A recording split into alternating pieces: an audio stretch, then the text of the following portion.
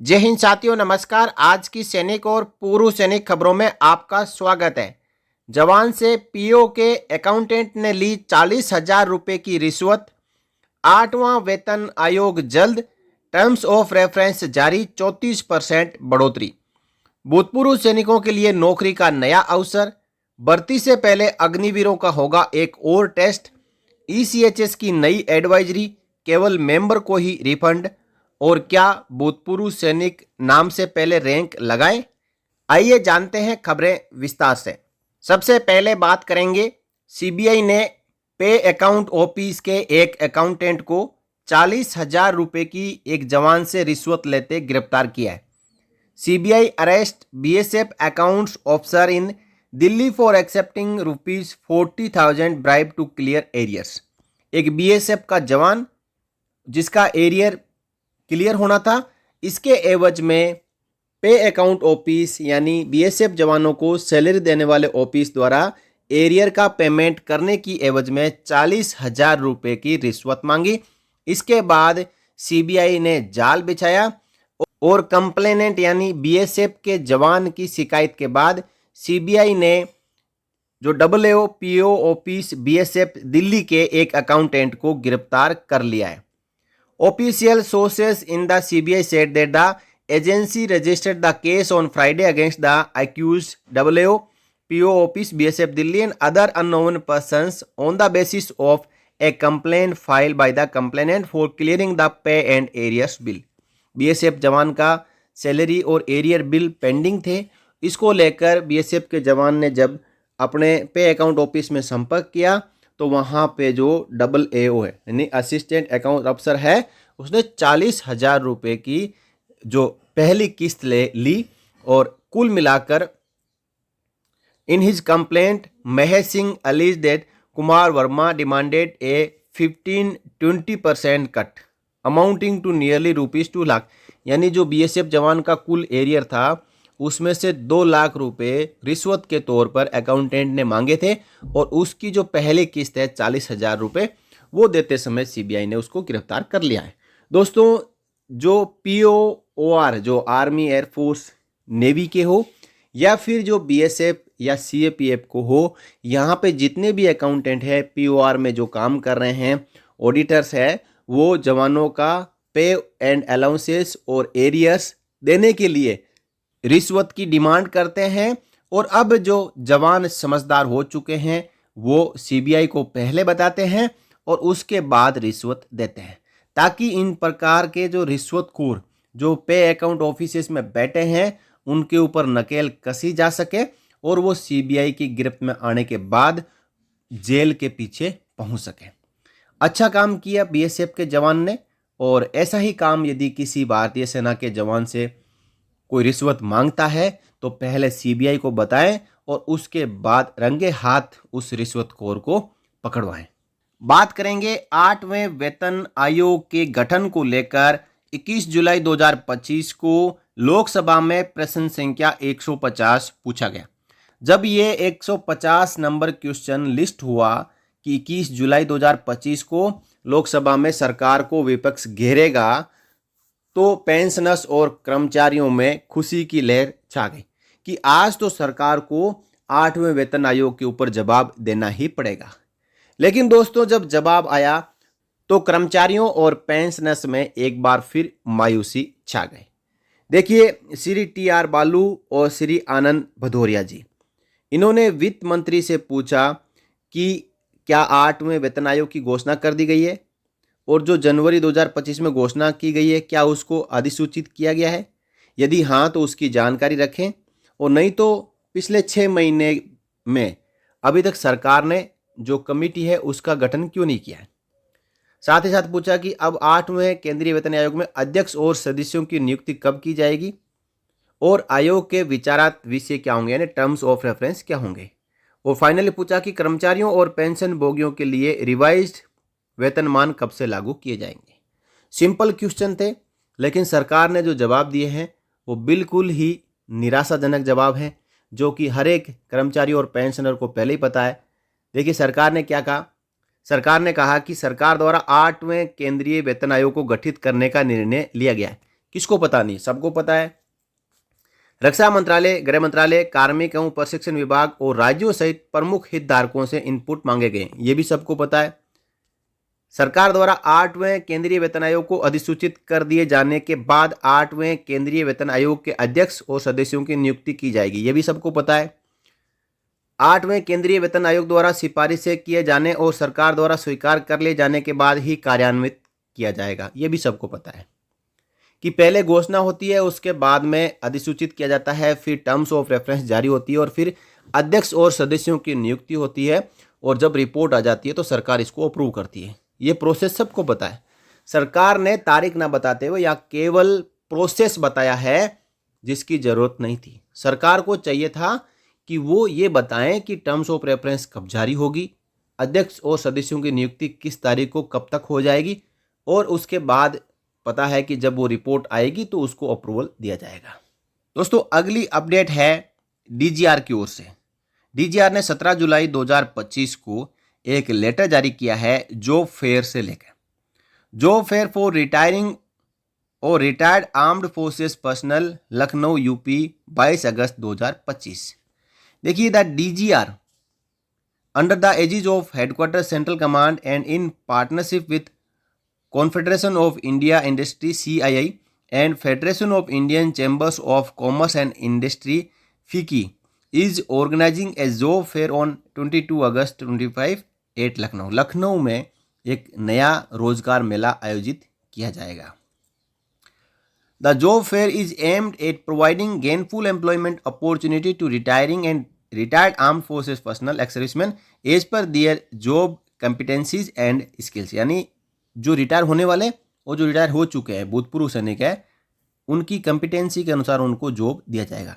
The event is expected to witness the participation of approximately 1500 to 22,500 ex servicemen and around 50 reputed PSUs oblique corporate employers from various sectors. देखिए, 50 अलग अलग जो नियोक्ता है, employers है, कंपनियां हैं, उनके लोग वहाँ पे आएंगे, मैनेजमेंट आएगा जो भूतपूर्व सैनिकों को जॉब देंगे, और यहाँ पे 1500 से 2500 एक्स सर्विसमैन आने की संभावना है। तो इनको कहा गया है कि ये पूरी जानकारी है जिला सैनिक बोर्ड के जरिए भूतपूर्व सैनिकों तक पहुँचाएँ, समय पे पहुँचाएँ और एक्स सर्विसमैन को बताएं, ताकि ज़्यादा से ज़्यादा एक्स सर्विसमैन इस रोजगार मेले में जॉब प्राप्त कर सकें। अब देखिए, जो जाने वाले हैं उनके लिए रजिस्ट्रेशन का लिंक dgrindia.gov.in वेबसाइट के ऊपर अवेलेबल है, वहाँ जाके अपने आप को रजिस्टर कर सकते हैं और 22 अगस्त 2025 को जॉब मेले में भाग लेके जॉब प्राप्त कर सकते हैं। अगली खबर अग्निवीरों के लिए आई है। देखिए, भारतीय सेना में भर्ती होने के बाद कुछ अग्निवीरों ने ऐसे कदम उठाए हैं जिससे कि आवश्यकता हुई है कि भर्ती से पहले अग्निवीरों की तनाव झेलने की क्षमता परखी जाएगी। ये अपडेट आई है कि जवानों में तनाव की स्थिति पर व्यापक मंथन के बाद भारतीय सेना ने तय किया है कि भर्ती से पहले ही बौद्धिक स्तर और तनाव झेलने की क्षमता की परख कर ली जाएगी, यानी ये उनका साइकोलॉजिक टेस्ट होगा। अग्निवीरों की भर्ती में इस व्यवस्था को लागू भी किया जा रहा है। इसकी जिम्मेदारी भारत सरकार के रक्षा अनुसंधान एवं विकास स्थापना की दिल्ली स्थित इकाई रक्षा मनोवैज्ञानिक अनुसंधान संस्थान यानी DIPR को सौंपी गई है। DIPR की टीम द्वारा अग्निपथ भर्ती में शारीरिक परीक्षा के दौरान अभ्यर्थियों के 15 मिनट के मनोवैज्ञानिक टेस्ट के लिए सॉफ्टवेयर तैयार किया गया है। अब इससे परीक्षण शुरू किया जाएगा। ग्वालियर स्थित सेना भर्ती कार्यालय द्वारा अग्निपथ भर्ती के लिए ग्वालियर, चंबल और बुंदेलखंड के जिलों के अभ्यर्थियों की शारीरिक परीक्षा अगस्त में शिवपुरी में होगी। शारीरिक परीक्षा के दौड़ के तुरंत बाद 15 मिनट के ऑनलाइन टेस्ट के लिए अभ्यर्थियों को मोबाइल पर लिंक मिलेगी। उन्हें इसमें पूछे गए सवाल हल करने होंगे। इसमें असफल अभ्यर्थी सेना में नहीं जा सकेंगे। शारीरिक परीक्षा में 1600 मीटर दौड़, चिनअप, ऊंची कूद, लंबी कूद, जिग-जैग राउंड होते हैं। पहला चरण दौड़ का ही होता है। देखिए, पहले ही पता कर लिया जाएगा कि वो मनोवैज्ञानिक तौर पर एक अग्निवीर जो भर्ती होना चाह रहा है वो कितना मजबूत है, और उसको मोबाइल पर लिंक दिया जाएगा जिसमें कुछ सवाल होंगे जिनका जवाब देना होगा। ये सभी मनोवैज्ञानिक सवाल होंगे। जो सही जवाब देगा वही आगे भर्ती प्रक्रिया में शामिल रहेगा, नहीं तो अग्निवीर भर्ती प्रक्रिया से उस युवा को और भावी अग्निवीर को बाहर कर दिया जाएगा। ये इसीलिए लिए जा रहे हैं ताकि भारतीय सेना में अग्निवीर बनने के बाद कुछ अग्निवीर गलत कदम उठाते हैं उनसे बचा जा सके, तनाव सहन करने की उनमें शक्ति की परख पहले ही हो जाएगी ताकि वो कोई ऐसा काम ना करें। अगली खबर आपके ECHS से जुड़ी हुई है। देखिए, एक एडवाइजरी जारी हुई है जिसमें कहा गया है कि चिकित्सा दावों की प्रतिपूर्ति यानी रीइंबर्समेंट ऑफ मेडिकल क्लेम्स। क्यों कहा जा रहा है? हाल ही में एक मामला सामने आया है जिसमें एक एक्स सर्विसमैन जो अगस्त 1995 के दौरान सेवानिवृत्त हुए थे, अपनी पेंशन के साथ फिक्स्ड मेडिकल अलाउंस प्राप्त कर रहे थे और उन्होंने ECHS सदस्यता नहीं ली थी, यानी वो ECHS के मेंबर नहीं थे, वो फिक्स्ड मेडिकल अलाउंस ले रहे थे। उनके सीने में अचानक दर्द हुआ, अस्पताल में भर्ती हुए और व्यक्ति के परिवार ने ECHS सदस्यता के लिए प्रक्रिया शुरू की। हालांकि तब तक आवेदन सत्यापित किया गया तो एक्स सर्विसमैन इस दुनिया को छोड़ के चले गए। परिणाम स्वरूप एक्स सर्विसमैन को केसलेस उपचार प्रदान नहीं किया जा सका क्योंकि वे ECHS सदस्य नहीं थे। देखिए दोस्तों, ECHS के मेंबर होने का फ़ायदा है और जैसा कि आप इस केस स्टडी में देख रहे हैं कि एक्स सर्विसमैन हॉस्पिटल में भर्ती हुए, सीने में दर्द हुआ, दिल की तकलीफ हुई, तो डॉक्टर ने बोला होगा कि लाखों रुपए खर्च होंगे। उसके बाद परिवार वालों ने सोचा कि ECHS के मेंबर बन जाए और फटाफट उन्होंने काम करना शुरू किया। तो जब आवश्यकता पड़ी तब आप ECHS के मेंबर बनने चले। तो ऐसे सभी मैं एक्स सर्विसमैन साथियों को कहना चाहता हूं कि अभी आप स्वस्थ हैं और इस युग में पता नहीं चलता इंसान का स्वास्थ्य कब खराब हो जाए, और जब स्वास्थ्य खराब होता है, हॉस्पिटल में आप जाते हो तो वहाँ पे लाखों रुपए लगने का प्रावधान हो जाता है। आपको पता है कि हमारे जो स्वास्थ्य सेवाएं कितनी महंगी है, तो उस समय आपका वो 1,000 रुपये एक महीना, साल के 12,000 रुपये फिक्स्ड मेडिकल अलाउंस से काम नहीं चलेगा। वो आपका एडमिशन फीस भी वो नहीं चुकता कर पाएगा। एडमिशन होते ही आपसे लाखों रुपए हॉस्पिटल द्वारा मांगे जाते हैं। तो इसके लिए अच्छा है कि आप ECHS के मेंबर बन जाए। और इस एडवाइजरी में कहा गया है कि उपरोक्त के आधार पर यह सलाह दी जाती है कि एक्स सर्विसमैन को ECHS सदस्यता के लिए आवेदन करने की सलाह दी जाती है क्योंकि केसलेस उपचार और रीइंबर्समेंट केवल तभी प्रदान की जा सकती है जब व्यक्ति ECHS का सदस्य हो। कृपया इसे हमारे वेटरन्स तक प्रसारित किया जाए। इसके लिए एक पॉलिसी भी है 11 सितंबर 2023 की, ECHS aegis branch army headquarter की, उसको भी आप रेफर कर सकते हो। उसमें ये सब बातें लिखी हुई है। लेकिन आप सोचें कि बीमार होने के बाद हॉस्पिटल में एडमिट हो जाऊंगा और जो मेडिकल बिल है वो लेके मैं ECHS से क्लेम कर लूँगा, तो ऐसा नहीं हो सकता।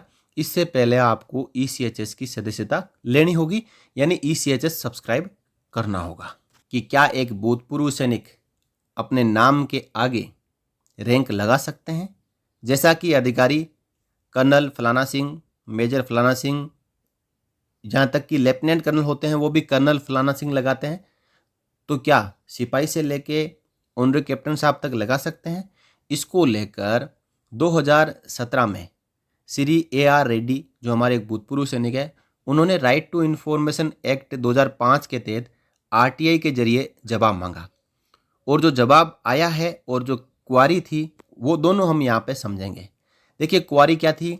Is there any restriction in using the rank before their names after retirement, यानी क्या रिटायरमेंट के बाद पहले रैंक लगाना मना है? It is observe that officers are called to use the rank before their names, यानी अधिकारी तो नाम से पहले रैंक लगाते हैं, but PBOR are not allowed, लेकिन JCOR को ये अलाउ नहीं है। जैसे कि colonel SK Singh and havildar SK Singh are retired relieved from service, they will be called as Colonel SK Singh retired and ex Havaldar SK Singh respectively. If yes, please provide the requisite office order or letter authorizing them to do so. देखिए जो अधिकारी होते हैं वो कभी भी x नहीं लगाते हैं, ex colonel, ex major, ex brigadier ये नहीं लगाते हैं, लेकिन जेसीओ और जवानों की आप देखते हैं कि जो पत्राचार भी होता है रिकॉर्ड ऑफिस से, पीओआर से, पीसीडीए से, तो वहाँ पे एक्स हवलदार, एक्स नायब सूबेदार, एक्स नायक, एक्स सूबेदार मेजर या एक्स सिपाही लगा देते हैं, जबकि ये गलत है। कोई एक्स नहीं होता है। सिविल सोल्जर जो होता है नेवर रिटायर्ड, यानी एक सोल्जर है कभी भी रिटायर नहीं होता है। अब देखिए क्या इसका रिप्लाई आया है, there is no restriction in using the rank before the name after retirement. Retirement के बाद नाम से पहले रैंक का उपयोग करना कहीं मना नहीं है, उपयोग कर सकते हैं। The usages of term retired gowns all ranks, जो रिटायर्ड है वो सभी रैंक के लिए है, लेकिन उसको ऐसा नहीं है कि आप पहले लगाएं। There is no policy with this directed which elaborates on the usages of term x. कहा कि हमारे पास ऐसी कोई पॉलिसी नहीं है जिसमें रैंक से पहले एक्स लगाया जाए। Policy letters pertaining to the subject query are h under the, यहाँ पे 7 अगस्त 1991 और 27 जुलाई 1983 दो लेटर है, पॉलिसी लेटर है, जो कि रैंक को किस प्रकार रिटायरमेंट के बाद आप लगा सकते हो उसके बारे में लिखा है। दोस्तों यहाँ पे हम क्लियर कर देना चाहते हैं कि आप हमेशा अपने नाम से पहले रैंक लगाएं, और वैसे ही लगाएं जब आप सेवारत थे। नायब सूबेदार एस के सिंह, सूबेदार मेजर एस के सिंह। अब आप सेवानिवृत्त हो चुके हो और आप आइडेंटिटी बताना चाहते हो किसी को कि मैं एक रिटायर्ड आदमी हूँ, तो आप नाम के पीछे ब्रैकेट में रिटायर्ड लिख सकते हैं, क्योंकि आपकी रैंक रिटायर्ड नहीं हुई है, आप रिटायर हुए हैं। तो आप रैंक से पहले एक्स लिखते हो या रिटायर्ड नायब सूबेदार लिखते हो, वो सही नहीं है। आप अपना नाम सही से लिखें, रैंक सही से लिखें, और सबसे लास्ट में ब्रैकेट में आप रिटायर्ड लिख सकते हो। वैसे आपको रिटायर्ड लिखने की आवश्यकता नहीं है। आप नायब सूबेदार एस के सिंह है तो नायब सूबेदार एस के सिंह लिखो, जिस प्रकार अधिकारी लिखते हैं वैसे ही आप अपना नाम लिखो और सम्मान के साथ में लिखो, क्योंकि ये आप कहीं घर से नहीं लेके गए, ये रैंक आपने पाई है। इस रैंक के जरिए आपने देश की सेवा की है, तो इस रैंक के ऊपर आपको गर्व होना चाहिए और अपने आप पर स्वाभिमान होना चाहिए। तो दोस्तों आज के बाद कोई भी अपने नाम के आगे पीछे एक्स या रिटायर्ड ना लिखें, और कहीं पे आपको बताना है तो आप नाम के पीछे रिटायर लिखें, एक्स शब्द को लिखना बंद कर दें। आपका रैंक और आपका नाम और सबसे लास्ट में रिटायर्ड। तो दोस्तों इन्हीं अपडेट के साथ मैं इस वीडियो में आया था। आपको जानकारियां अच्छी लगी हो तो दोस्तों आप सपोर्ट करते रहें, वीडियो को लाइक करते रहें और शेयर करते रहें, क्योंकि इस प्रकार की जानकारियां आपके लिए हमेशा आती रहेगी। इस वीडियो में इतना ही, फिर मिलेंगे, तब तक के लिए जय हिंद, जय भारत, वंदे मातरम। For more updates subscribe to our channel and enjoy watching the videos.